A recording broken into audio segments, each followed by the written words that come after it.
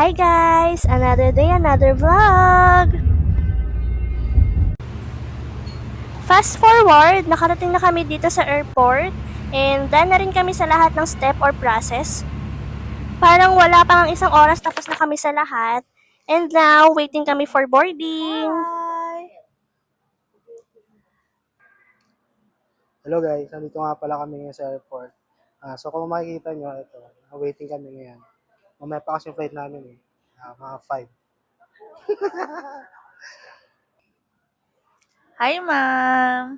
Saan po kayo pupunta? Hong Kong, Anong gagawin niyo? vacation, Disneyland, kain. Ma'am.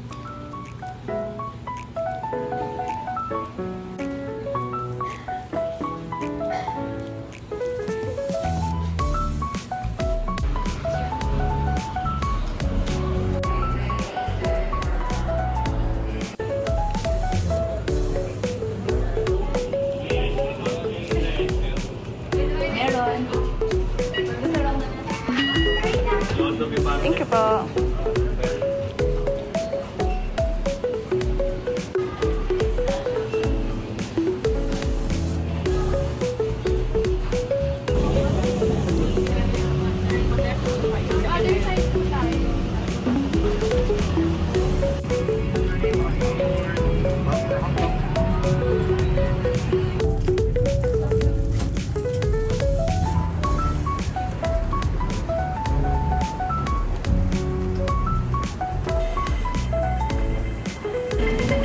Ma'am, dandanan.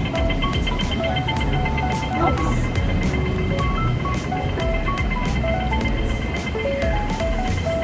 We're now in Hong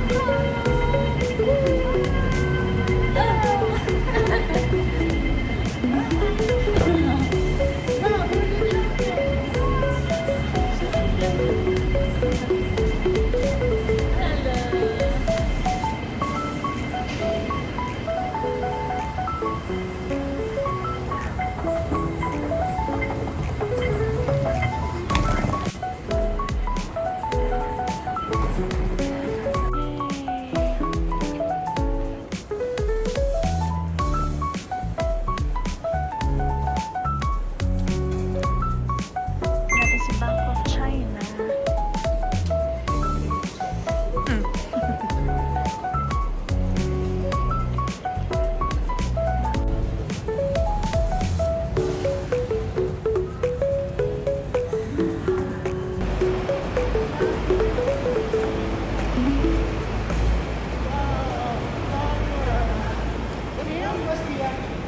A21.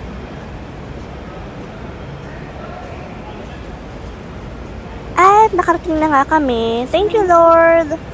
Now, papunta kami sa bus terminal kung saan sasakay kami ng bus A21 papunta sa aming hotel. Bali dito sa Hong Kong, may tinatawag sila na octopus card.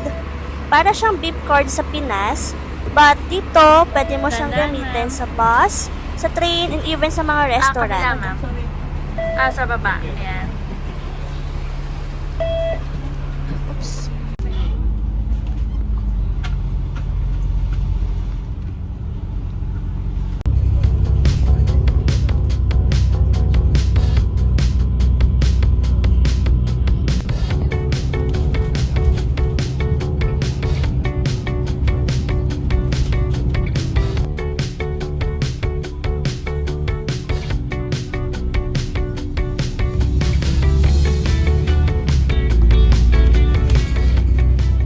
Nakarating kami sa hotel before 12 pero 3 p.m. pa kasi ang check-in.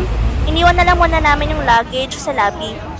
And ito, on the way kami sa McDo para mag-lunch. 220 ba? Total. Golden rule talaga kapag wala ka sa Pinas, huwag na huwag ka magko-convert.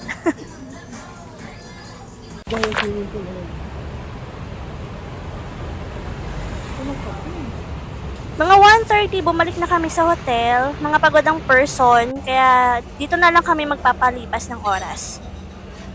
Fast forward to 3 p.m., naka-check-in na kami. And ito yung view from our room. Since may konting ulan sa labas, we decided na magpahinga na lang din muna. Around 5 p.m., pumunta kami sa Ladies Market. Walking distance lang siya from our hotel. Ito yung bilihan ng mga pasalubong. 'Di ba? Kami lang naman yata ang bibili ng pasalubong sa mismong arrival day.